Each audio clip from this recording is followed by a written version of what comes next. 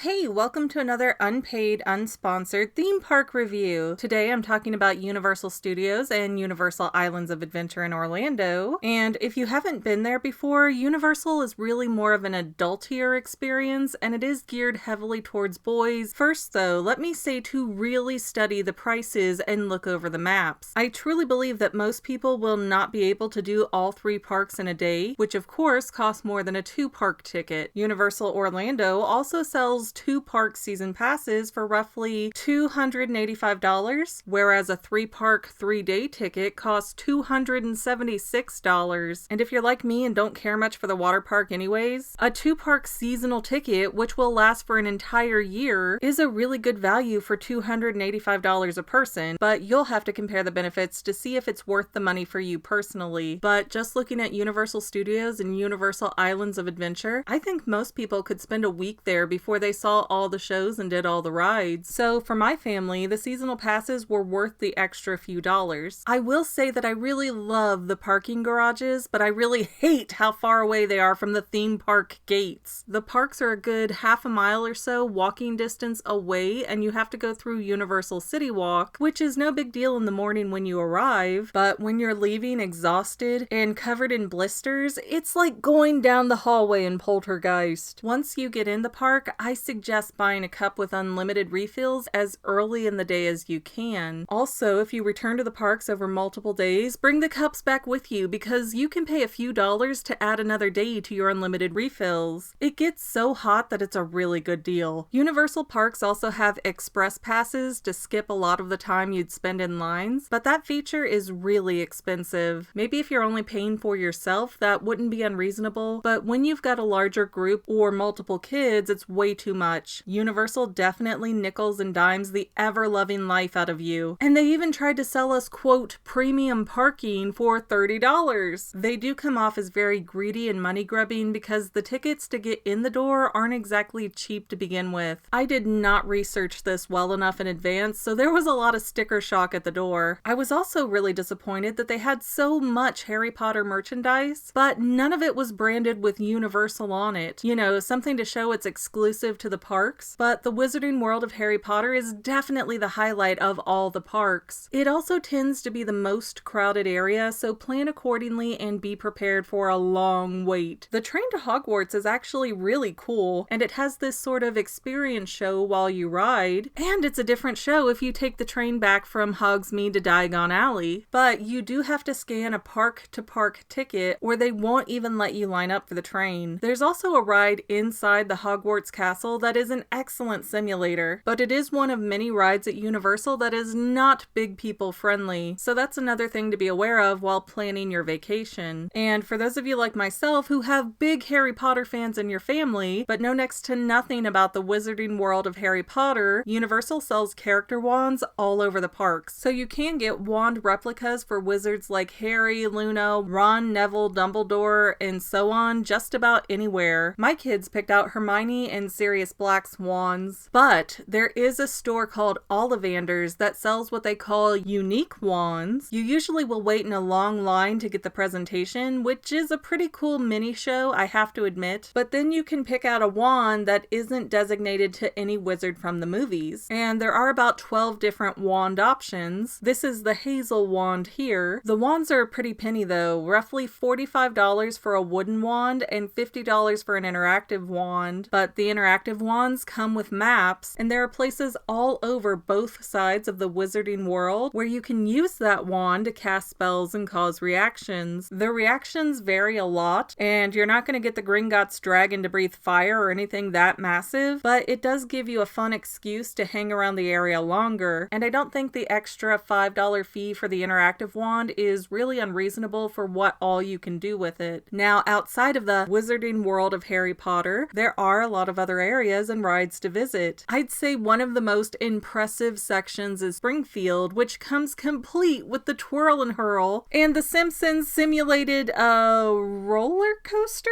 which is another great simulator. Actually, aside from the Terminator simulation movie, where you can tell it's been there for way too long and the 3D effects don't work for large stretches of time, all the simulators at Universal are really well done, but Springfield is riddled with the Simpsons brand of humor. It's like no detail was spared. I am in love with this sign, and they have several food trucks, Moe's Tavern, and a food court that includes the Frying Dutchman, Luigi's, and Krusty Burger. I had a regular Krusty Burger, and my husband went for the Clogger. Oh, and inside the Quickie Mart, they sell these giant Lard Lad donuts. I wish I had gotten someone to hold one up for scale, but it was like the size of a small pizza. This is the pink one, but they also had one with chocolate frosting. But for $5, it was really reasonable for theme park food. The Jurassic Park area was also a great place in Islands of Adventure. We ate there one day on the top floor and realized there was a basement with tons of interactive areas for kids. The best of which, in my opinion, was the dinosaur hatching. It seems to happen every 30 minutes or so, and they let one of the kids name the hatchling, which gets them a complimentary souvenir birth certificate. I badly wanted to name one of the dinosaurs Tobias for no particular reason, but my children refused to play along. But anyways, when you're getting hot and the kids are still full of energy, this air-conditioned Discovery Center is the best hideout from the heat. Or, if you're brave, there's also the Jurassic Park River Adventure that includes an approximate 85-foot drop that feels like it's straight down. Those are definitely the top 3 areas to visit in Universal Parks, but there are still a lot of other shows, rides, and areas that are all over the place. It's hard to go over all of Universal fully in one video, but there's definitely enough going on to keep you busy for more than a few days, especially if you like doing rides multiple times. And as for the shopping, oh my gosh, they have a Hello Kitty Sanrio store, and they make products where Hello Kitty is placed into other popular movies. Oh, and speaking of the merchandise, there are also large stores with a lot of variety near the exits, but a lot of items you only find near some shops. So if something really calls out to you in the Dr. Seuss or Marvel area, get it when you see it. There's so much cool merchandise in Universal, like really high quality Hogwarts robes, lots of Marvel stuff, which is weird to see, and anticipated to be very collectible since Disney bought Marvel, the iconic Dr. Seuss Thing shirts. They've got Thing 1 and Thing 2 in just about every size, then Thing 3 and 4 in toddler and baby sizes, Mother of all things, Dad of all things, I think, and Minions everywhere. They also have multiple discounted bags available after you spend a certain amount. I believe it was $35 to buy a bag for $15, and that's how you push my shut up and take my money button. So yeah, that's about all I'll cover today. Again, I would recommend Universal Parks for more tweens and up. There are a few kid-friendly areas, but if you're going to Universal just to do the little kid zones, you are really wasting your time and money. And you're gonna have a little kid that's miserable or afraid from the adult-oriented attractions. And I didn't even try to test my 1-year-old's patience by dragging him along there. Well, that's all I have for now, but this video's not quite over yet. I get a lot of comments that say, do a theory on this topic, but I've already done those theories. So please consider going to my main channel page and clicking on the video tab so that way you can see everything I've done. You will probably find a lot of things you like that you never even knew that I posted. I want to let you know that I also have 2 other channels, Say Halo Goodbye Gaming and the Fanily Family Vlogs. Thank you so much for watching, and I hope you enjoyed enough to hit subscribe and share. I can use all the help I can get to let other people know that this channel exists. And if you made it this far, leave me a comment that says something like, hey, I made it to the end, and then let me know what kind of videos you want to see in the future. I can't make any promises, but the more people that request something, the more I can look into it. Okay, well, I love you. I'll see you in the next video.